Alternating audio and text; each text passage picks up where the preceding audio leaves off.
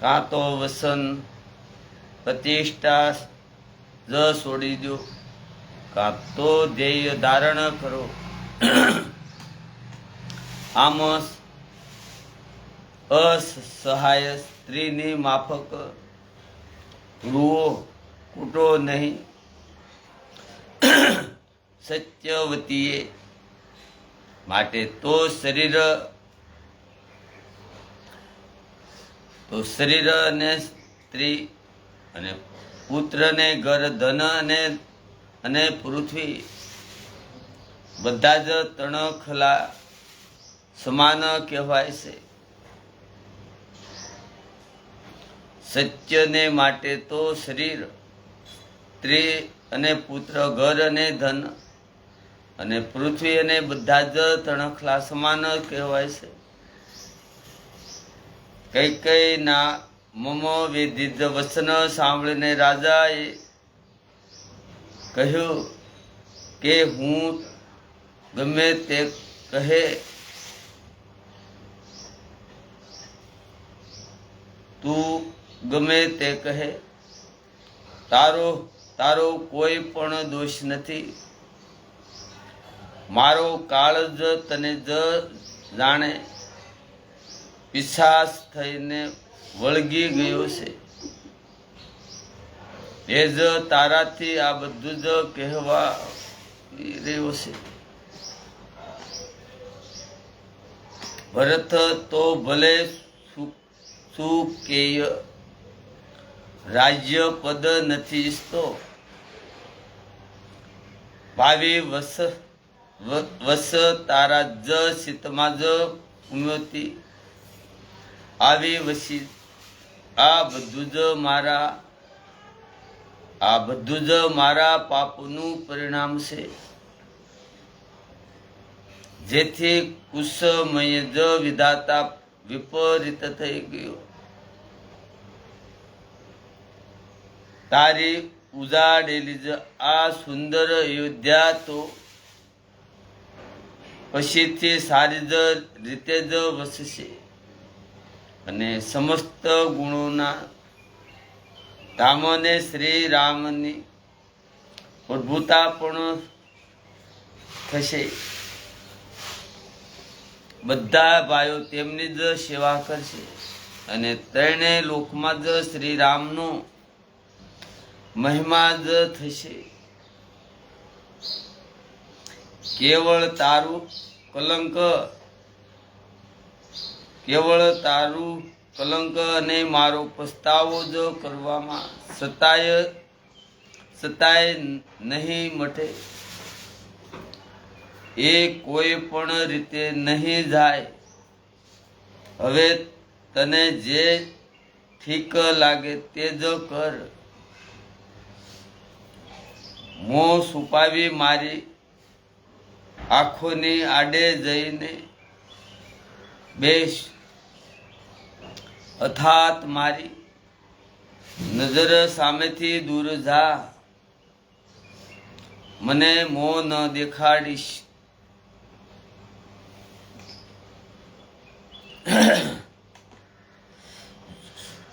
મોં છુપાવી મારી આંખોથી આડે જઈને બેસ, અર્થાત મારી નજર સામેથી દૂર જા.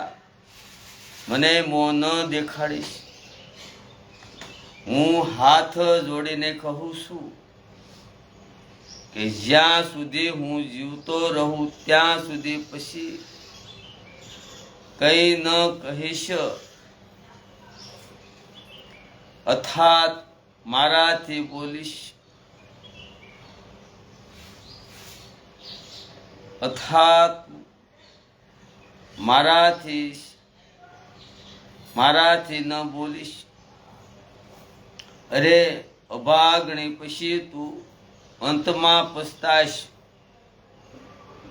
કેમ કે તું તાતને નહારું સાંભળાની જ દોરી માટે ગાયને મારી રહી છે. રાજા દશરથ કરોડો રીતે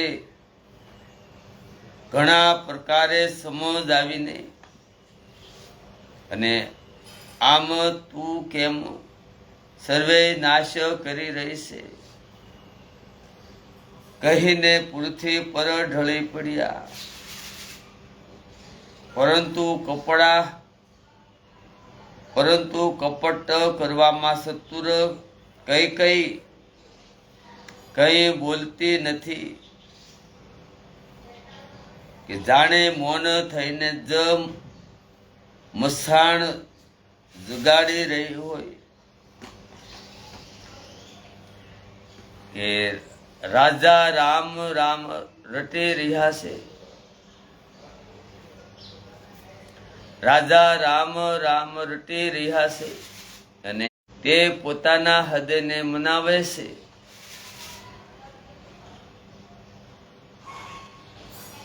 પ્રાર્થના કરે છે કે સવાર જ ન થાય અને કોઈ જઈને શ્રી રામચંદ્રજીને આ વાત ન કહે. શ્રી રઘુનાથ ગુરુ વડીલ અને મૂળ પુરુષ સૂર્ય ભગવાન, આપ પોતાનો ઉદય ન કરો. અયોધ્યાને જ બે હાલ જોઈને આપના હૃદયમાં મોટી પીડા થશે. રાજાની પ્રીતિ અને કૈકેયી નિષ્કુટતા બંનેને બ્રહ્માએ જ સીમા સુધી જ રસીને બનાવ્યા છે. અર્થાત રાજા અને પ્રેમની સીમા છે અને કૈકેયી નિષ્કુટતાની. વિલાપ કરતા કરતા જ રાજા દશરથની સવાર પડી ગઈ. રાજદ્વારે વીણા વાસળી અને શંખનો ધ્વનિ થવા લાગ્યો. ભાટ લોકો બિરુદાવલી ગાઈ રહ્યા છે અને ગવૈયા ગુણોનું જ્ઞાન કરી રહ્યા છે. તે સાંભળતા રાજાને બાણ જેવા લાગે છે.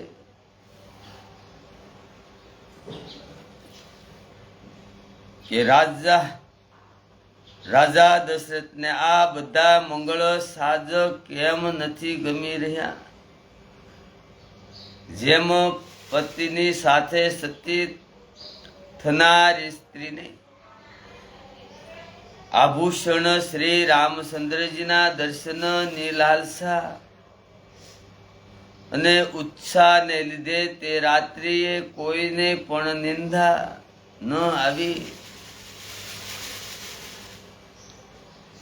કે રાજદ્વાર પર જ મંત્રીઓ અને સેવકોની ભીડ જામી છે. તે સર્વે સૂર્યદેવને ઉદય થયેલો જોઈને કહે છે કે એવું કયું વિશેષ કારણ છે કે અવધપતિ દશરથ હજી સુધી નથી જાગ્યા?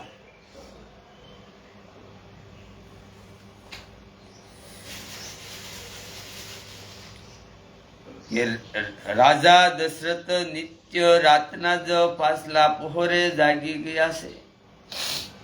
પરંતુ આજે અમને મોટું આશ્ચર્ય થઈ રહ્યું છે કે સુમંત્ર જાઓ, જઈને રાજા દશરથને જગાડો. એમની આજ્ઞા મેળવીને અમે બધા જ કામ કરીએ.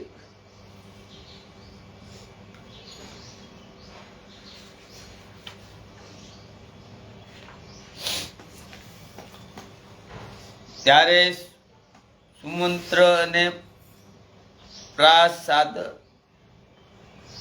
રાજમહેલમાં ગયા. પરંતુ મહેલને જોઈને તે જતા જ ડરી રહ્યા છે. કે એવું લાગે છે કે જાણે કરડી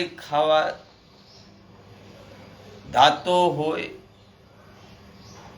તેની તરફ જોઈ પણ નથી શકાતું કે જાણે વિપત્તિ અને વિષાદે ત્યાં ડેરો તાણી રાખ્યો હોય. પૂછવાથી કોઈ જવાબ આપતું નથી. તે એ મહેલમાં ગયા ને જ્યાં રાજા અને કૈકેયી હતા.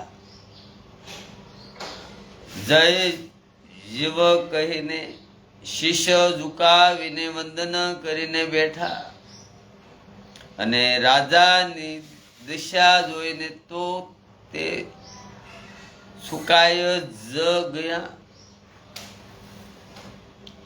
કે જોયું કે રાજા શોકથી આકુળ છે.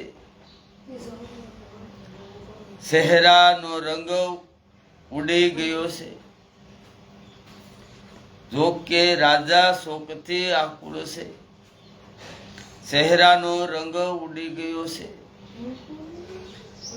જમીન પર એમ પડ્યા જ છે જાણે કમળ મૂળ છોડીને મૂળથી ઉખડીને કરમાયેલું જ પડ્યું હોય. મંત્રી ડર નાદ કારણે કંઈ જ પૂછી નથી શકતા. પછી અશુભથી ભરપૂર જ અને શુભથી વહીન કૈકેયી બોલી,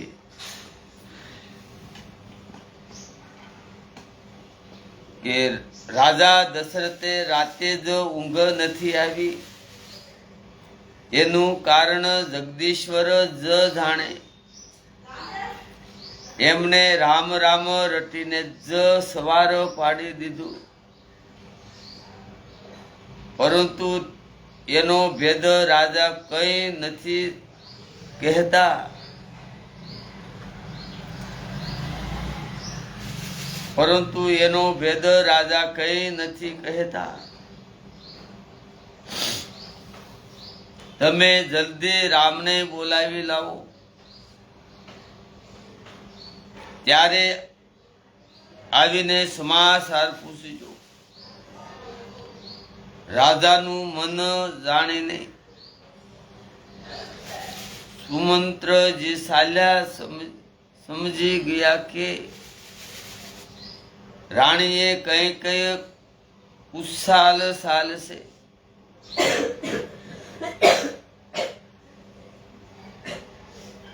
સુમંત્રજી સાલ્યા સમજી ગયા કે રાણીએ જ કંઈક જ ઉછાલ ચાલી છે. એ સુમંત્ર શોકથી આકુળ છે. રસ્તા પર પગ નથી પડતા. સુમંત્ર શોકથી આકુળ છે.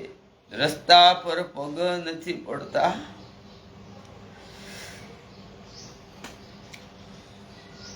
આગળ વધી નથી શકાતું. વધારે જ છે. એ રામજીને બોલાવીને રાજા કશું કહે છે કે કોઈ રીતે હૃદયમાં ધીરજ ધરીને તે દ્વાર પર ગયા. બધા લોકો તેમને મન દુખી ઉદાસ જોઈને પૂછ્યા લાગ્યા,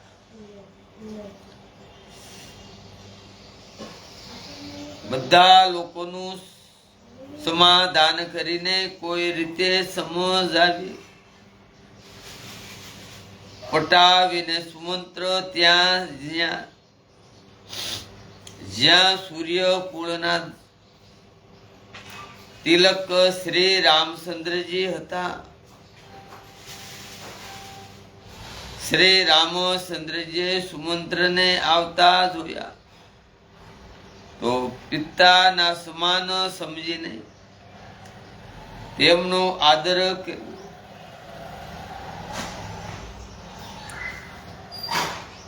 શ્રી રામચંદ્રજીના મુખ કમળને નિહાળીને અને રાજાની આજ્ઞા સાંભળીને તે રઘુકુળના દીપક શ્રી રામચંદ્રજીને લઈ ચાલ્યા. શ્રી રામચંદ્રજી મંત્રીની સાથે જ કંઈક અન્ય જ રીતે રાજસીટ ઠાઠ માઠ વહીન રહી જઈ રહ્યા છે. આ જોઈને લોકો સારે કોર વિષાદ કરી રહ્યા છે.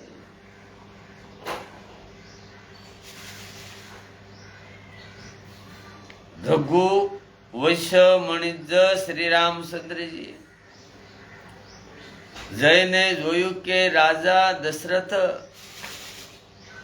અત્યંત ખરાબ હાલમાં એમ પડ્યા છે. જાણે સિંહણ ને જોઈને કોઈ ઘરડો હાથી ભયગ્રસ્ત થઈને પડી રહ્યો હોય કે રાજાના હોઠ સુકાઈ રહ્યા છે અને આખું શરીર બળી રહ્યું છે કે જાણે મણી વિના સુપ સુખી થઈ રહ્યો હોય. પાસે જ ક્રોધમાં ભરેલા કૈકેયીને જોયા. પાસે જ ક્રોધમાં જ ભરેલા કૈકેયીને જોયા કે જાણે સાક્ષાત મૃત્યુ જ બેસીને રાજા દશરથના જીવનની જ અંતિમ ઘડી એવું ગણી રહ્યું હોય.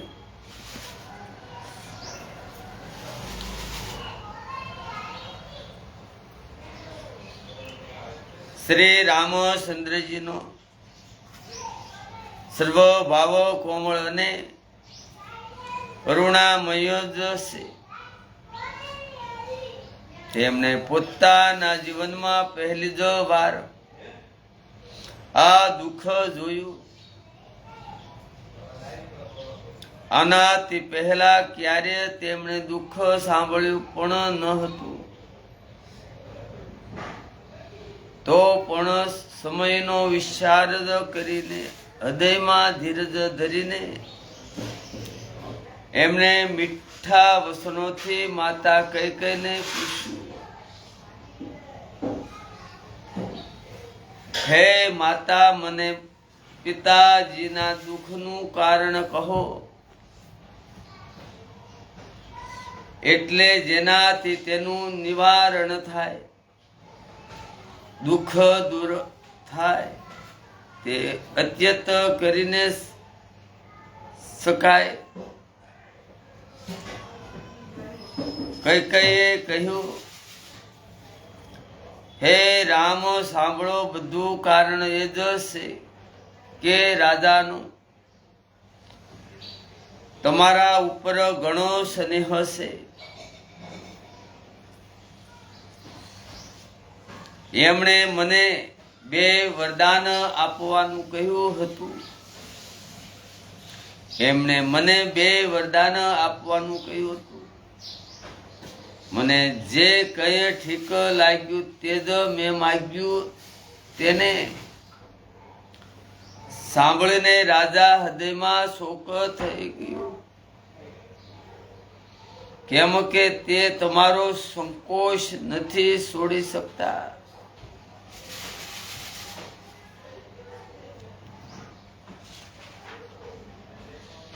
અહીં તો પુત્રનો સ્નેહ છે અને ત્યાં વસન પ્રતિષ્ઠા. રાજા દશરથે એ જ ધર્મ સંકટમાં પડી ગયા છે. તો તમે કરી શકો તો રાજાની આજ્ઞા શિરોધાય કરો અને એમના કઠિન કલેશને મટાડો. કઈ કઈ બે ધડક બેસીને આવી, કઈ કઈ બે ધડક બેસીને આવી કડવી વાણી કહી રહ્યા છે કે જેને સાંભળીને સર્વય કઠોર તાપણ વ્યાકુળ અત્યંત આકુળ થઈ ઉઠી. જીભ ધનુષ્ય છે, જીભ ધનુષ્ય છે, વસન ઘણા જ તીર છે. અને જાણે રાજા દશરથ કોમળ નિશાનાદ લક્ષ્ય સમાન છે.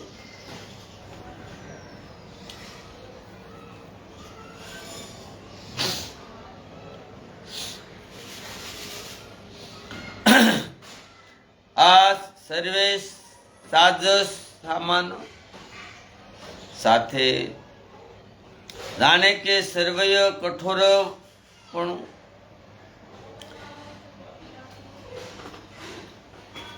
શિષ્ટ વીરનું શરીર ધારણ કરીને ધનુષ્ય વિધા શીખી રહ્યું છે. શ્રી રઘુનાથજીને સર્વે હાલ સાંભળીને તે એમાં બેઠી છે કે જાણે નિષ્ઠ કુઠા જ શરીર ધારણ કરીને બેઠી હોય.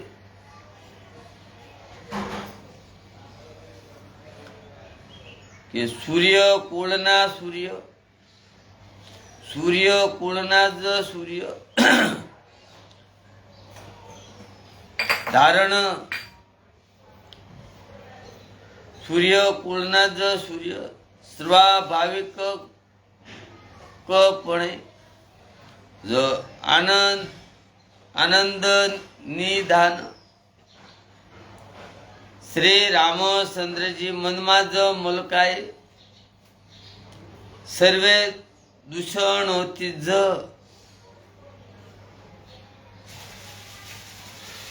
આનંદ નિદાન શ્રી રામચંદ્રજી મનમાં જ મુલકાય. સર્વે દૂષણોથી રહેત એવા જ કોમળ અને સુંદર વસન બોલ્યા કે જે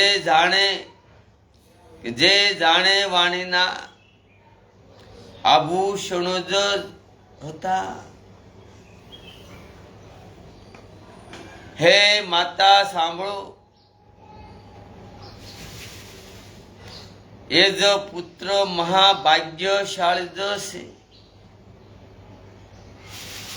છે જે પિતા માતાના વસનોનું અનુરાગી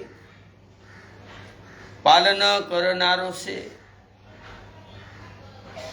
હે માતા સાંભળો, એ જ પુત્ર મહાભાગ્યશાળી જ છે જે પિતા માતાના વસનો અનુરાગી પાલન કરનારો છે. યાજ્ઞા પાલન દ્વારા જ માતા પિતાને સંતુષ્ટ કરનારો પુત્ર. હે જનની, આખાય જ સંસારમાં દુર્લભ છે કે વનમાં વિશેષ રૂપે મુનિઓનો જો મેળાપ થશે જેમાં મારું બધી જ રીતે કલ્યાણ થશે. તેમાં વળી પિતાજીની યાજ્ઞા અને હે જનની તમારી સંમતિ છે અને પ્રાણ પ્રિય ભરત રાજ્ય પામશે. આ સર્વે વાતોને જોઈને એ પ્રતીત થાય છે કે આજે વિધાતાએ સર્વે પ્રકારે મારા સન્મુખ છે અને અનુકૂળ જ છે. જો આવા કાર્યને માટે હું વસનમાં ન જાઉં તો મૂર્ખના સમાજમાં સૌ પ્રથમ જ મારી જ ગણતરી કરવી જોઈએ.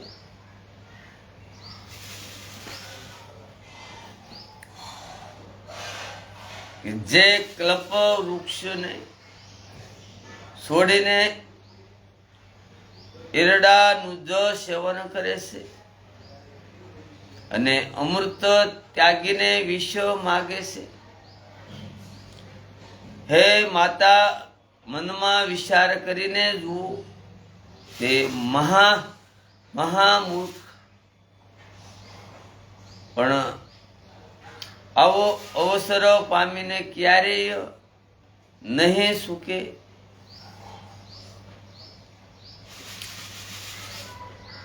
હે માતા, મને એ જ દુઃખ વિશેષ રૂપથી કહી રહ્યું છે. તે મહારાજને અત્યંત વ્યાકુળ જોઈને આ નાનકડી વાત માટે જ પિતાએ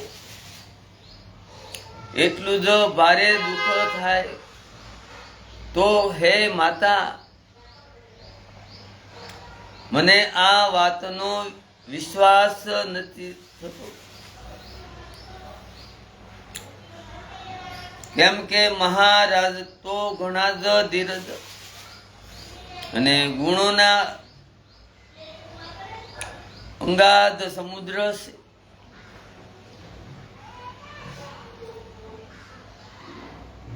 અવશ્ય મારી જ કોઈ જ મોટો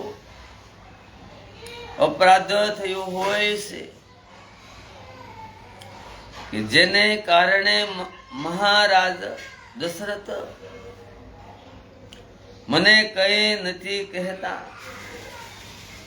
તમને મારા સોગંદ છે કે માતા, તમે સાસે સાસુ કહો.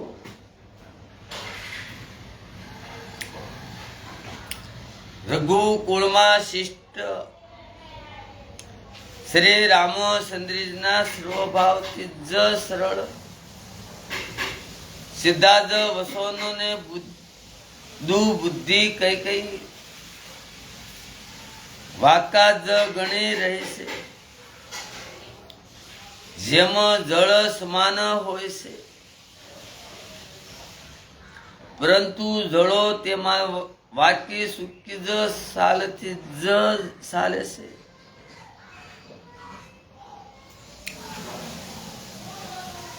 રાણી કઈ શ્રી રામચંદ્રજીના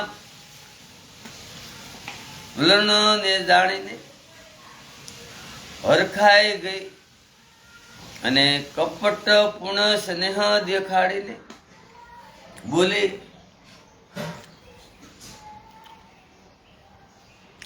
તમારા શપથ અને ભરતના સોગંદ છે. મને રાજાના દુઃખનું બીજું કોઈ પણ કારણ જણાતું નથી.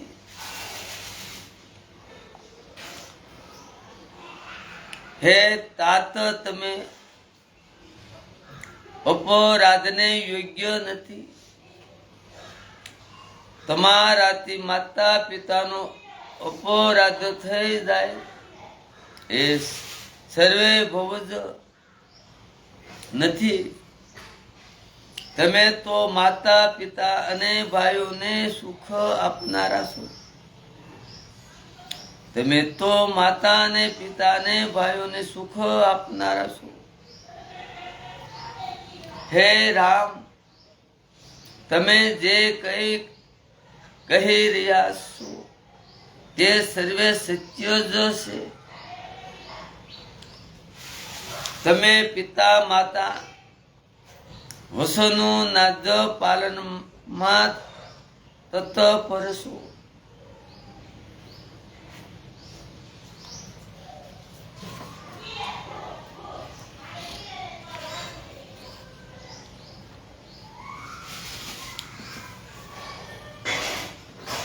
હું તમારા પર વારે જાઉં છું.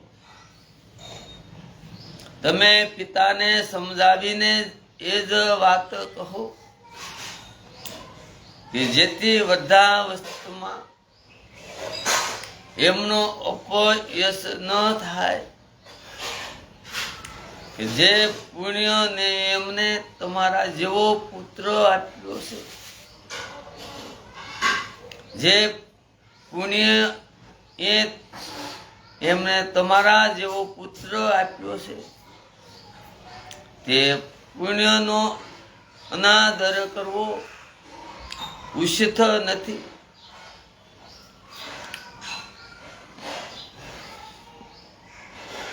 કૈકેયીના બુરા મુખમાં આ શુભ વસનો કહેવા લાગે છે,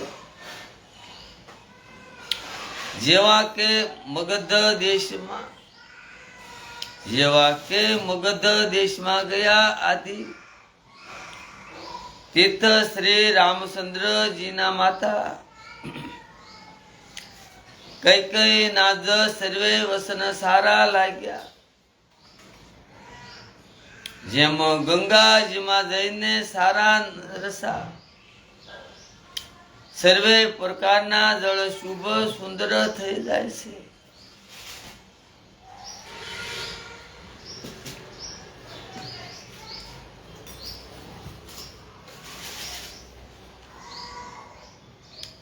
જેમ ગંગામાં જઈને સારા નરસા સર્વે પ્રકારના જળ શુભ સુંદર થઈ જાય છે,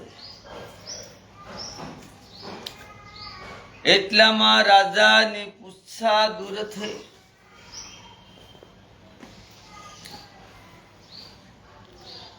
મૂર્છા દૂર થઈ એમણે રામનું સ્મરણ કરીને રામ રામ કહીને પડખું ફેરવ્યું. મંત્રીએ શ્રી રામચંદ્રજીનું આગમન કહીને સમયાનુકૂળ પ્રાર્થના કરી કે જ્યારે રાજાએ સાંભળ્યું કે શ્રી રામચંદ્રજી પધાર્યા છે, તો તેમણે ધીરજ ધરીને નેત્રો ખોલ્યા. મંત્રીએ સાવચેતીથી રાજા દશરથને બેસાડ્યા. રાજા દશરથજી અને શ્રી રામજીને પોતાના શરણોમાં નમતા પ્રણામ જ કરતા જોયા.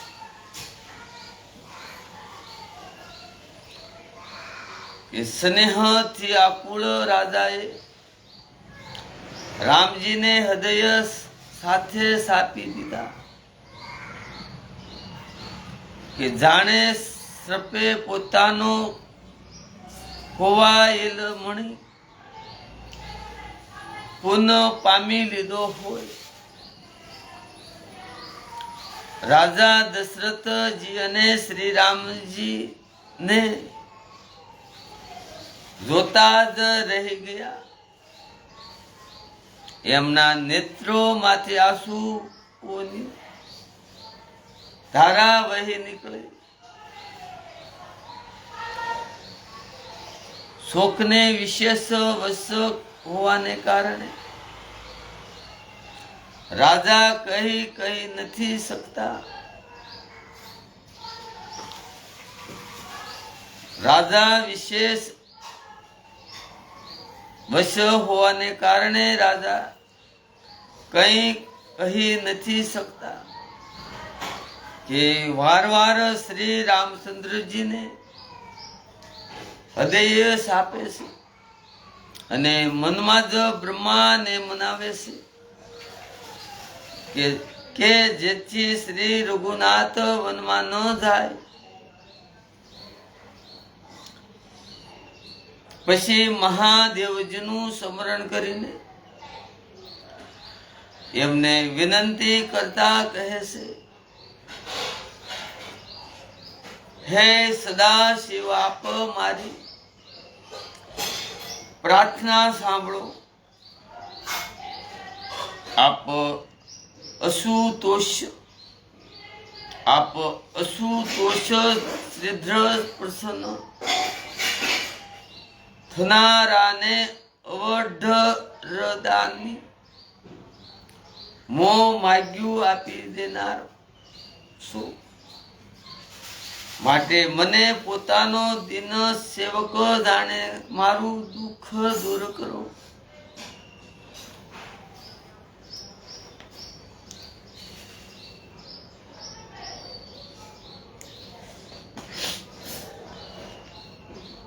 આપ પોરક રૂપથી બધાના હૃદયમાં છો. આપ પોરક રૂપથી બધાના હૃદયમાં છો. આપ શ્રી રામચંદ્રજીને જ એવી બુદ્ધિ આપો.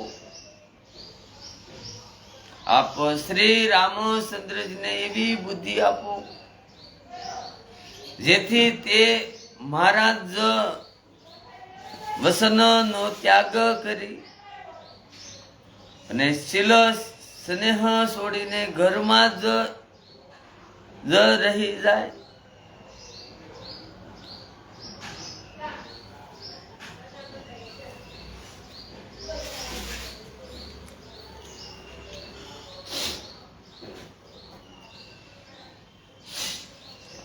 જગતમાં ભલે અપયશ થાય અને સૂર્યસ્ય નષ્ટ થઈ જાય, ભલે હું નરકમાં પડું અને સર્વગ પણ જતું રહે, પૂર્વના પુણ્યોના જ ફળ સર્વરૂપ વળનારું સર્વગ ભલે ને મને ન મળે, બીજા પણ સર્વે પ્રકારના દુઃખ આપ મુજબથી સહન કરાવી લું. પણ શ્રી રામચંદ્રી મારી આંખો પણ શ્રી રામચંદ્રજી મારી આંખો આગળથી દૂર ન થાય કે રાજા મનમાં જો ને મનમાં જો આ રીતે વિચાર કરી રહ્યા છે, બોલતા નથી ને તેમનું મન જ પીપળાના પાનની જેમ ડોલી રહ્યું છે.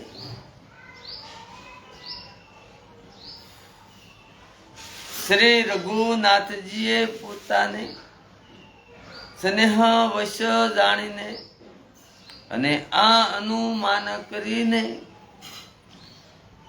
કે માતા પાસા કંઈક હશે તો પિતાજીને દુઃખ થશે.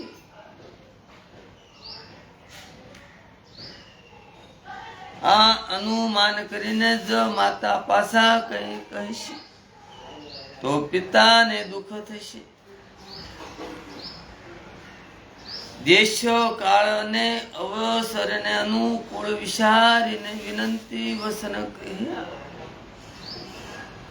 કે તાત હું કંઈક કહું છું. હે દુષ્ટાતા કરું છું. આ અનૌચિત્ય ને મારું જો બાળપણું જો સમજીને ક્ષમા કરશો. આ અત્યંત પુરસ વાતથી આપ એટલું દુઃખ પામ્યા. મને કોઈ પહેલા કહીને આ વાત નથી જણાવી. સ્વામી આપજો ને આ દશામાં જોઈને મેં માતાને પૂછ્યું. તેમના તે આખો પ્રસંગ સાંભળીને મારા સર્વે અંગ શીતળ થઈ ગયા. મને ઘણી પ્રસન્નતા થઈ. હે પિતાજી, આ મંગળના જ સમયે સ્નેહ વશ થઈને શોક કરવો છોડી દો અને હૃદયમાં પ્રસન્ન થઈને મને યાજ્ઞા આપો. આમ કહેતા પ્રભુ શ્રી રામચંદ્રજી સ્વાગે પુલકિત થઈ ગયા.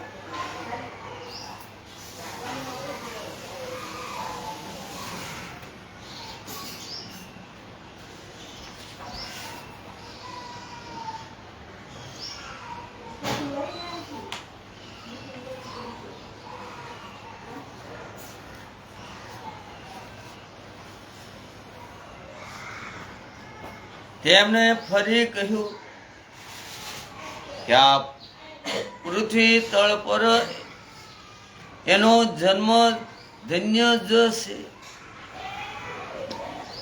જેના ચરિત્ર સાંભળીને પિતાને પરમ આનંદ થાય, કે જેને માતા પિતા પ્રોણાસમાન પ્રિય છે. શારીય પદાર્થ, અર્થ અને ધર્મ, કામ અને મોક્ષ, જેને માતા અને પિતા પૂર્ણા સમાન પ્રિય છે. શારીય પદાર્થ અને અર્થ ધર્મ અને કામ મોક્ષ તેને હસ્તગત અને મીઠી માદ રહે છે. આપની આજ્ઞાનું પાલન કરીને અને જન્મનું ફળ પામીને હું જલ્દી ઘેર પાછો ફરીશ. માટે કૃપા કરીને આજ્ઞા આપો. માતા પાસે વિદાય માગીને આવું કહું છું. પછી આપના પગે પડીને પ્રણામ કરીને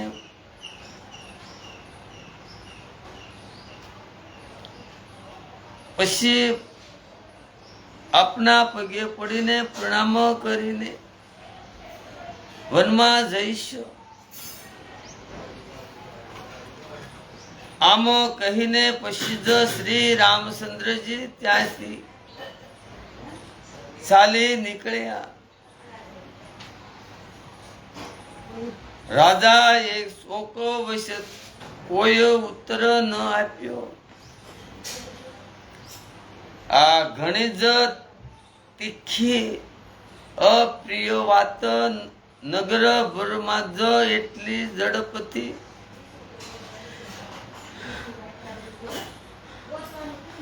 પ્રસિદ્ધ થઈ જાય જાણે ડખ મારતા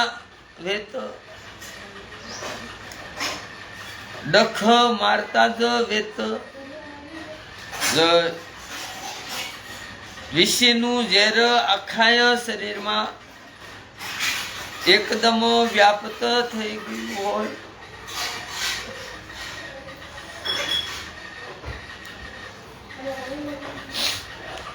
આ વાત સાંભળીને બધા સ્ત્રી પુરુષ એવા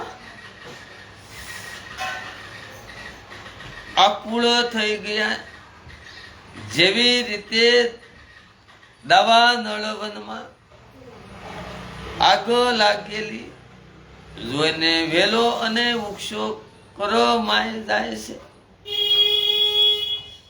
કે જે જ્યાં સાંભળે છે ત્યાં જ માથું કૂટવા જ લાગે છે. ઘણો વિષાદ છે કે કોઈને ધીરજ નથી રહેતી.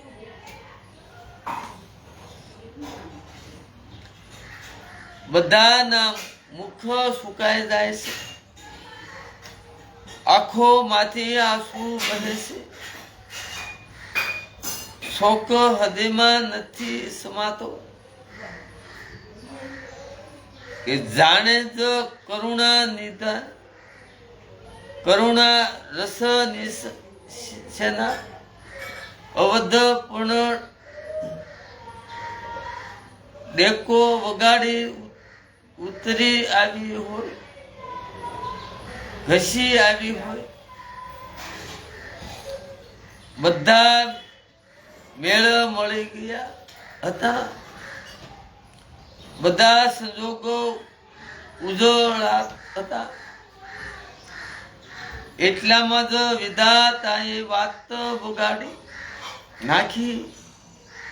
સારે કોઈ લોકો કઈ કઈને ગાળો આપી રહ્યા છે ને આ પાપણીને શું સૂજી ગયું કે એને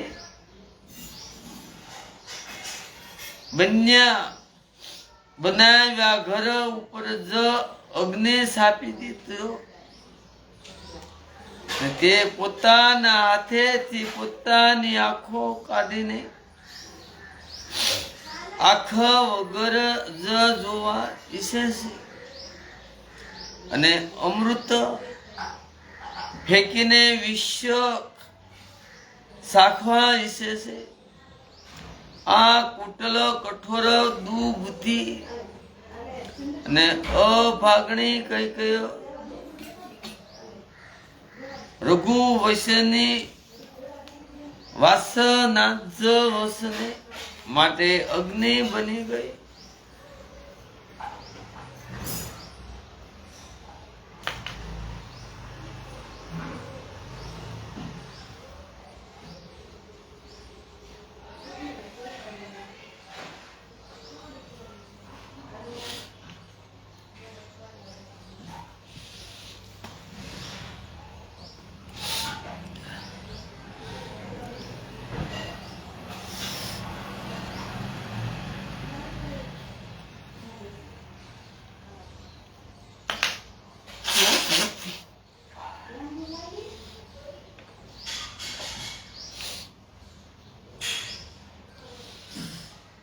પાંદડા પર બેસી જેને ઝાડને કાપી નાખ્યું, અર્થાત પોતાના પગમાં જ કુહાડી મારી,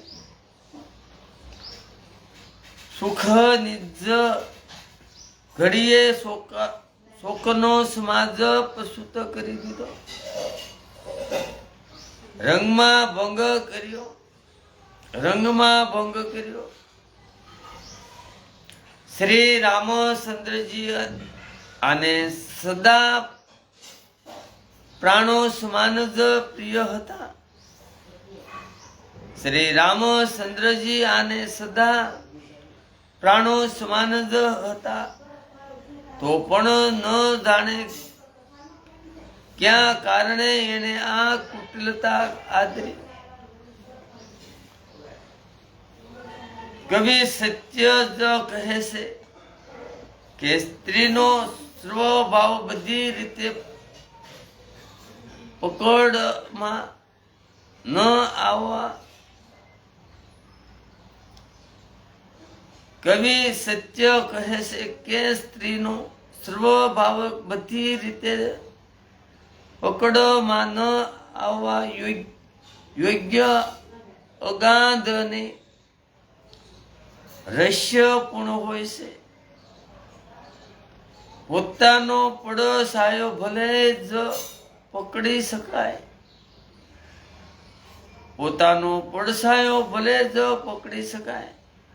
પણ બાહ્ય સ્ત્રીઓની ગતિશાલ નથી ઓળખી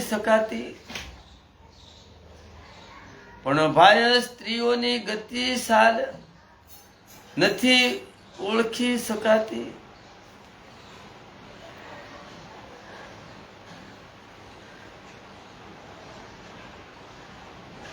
આગ શું નથી બાળી શકાતી, સમુદ્રમાં શું નથી સમાય શકતું? સમુદ્રમાં શું નથી સમાતું? ને સ્ત્રી અબલા હોવા છતાં પ્રબળ છે તો તે શું નથી કરી શકતી?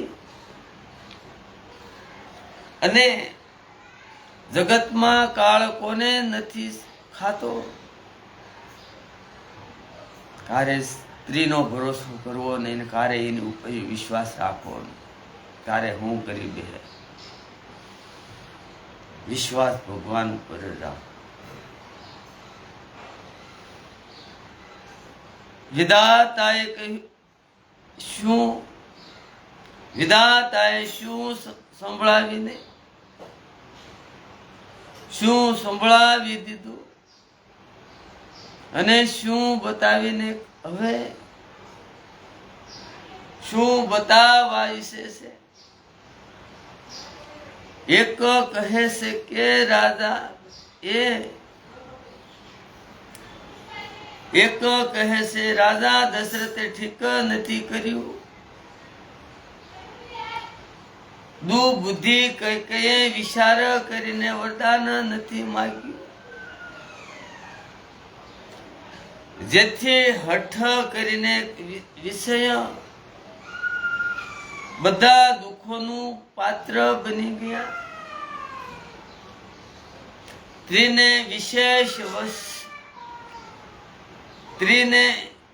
વિશેષ વશ હોવાને કારણે જાણે એમના જ્ઞાન અને ગુણ થતા રહ્યા. 1,00,000 જેવો ધર્મની મર્યાદાને જાણે છે.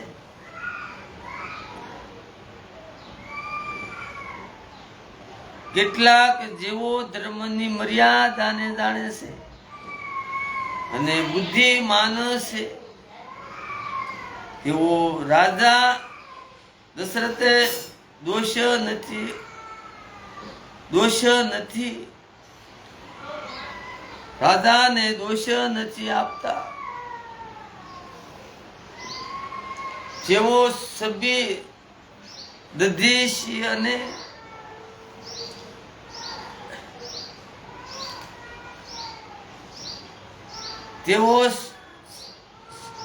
તેઓ શિબી અને દધીશી અને હરિશ્ચંદ્રની કથા એકબીજાને વખાણીને કહે છે. કોઈ એક એમાં ભરતજીની સંમતિ જણાવે છે, કોઈ એક સાંભળીને ઉદાસીન ભાવે તટસ્થ રહી જાય છે, કંઈ બોલતા જ નથી.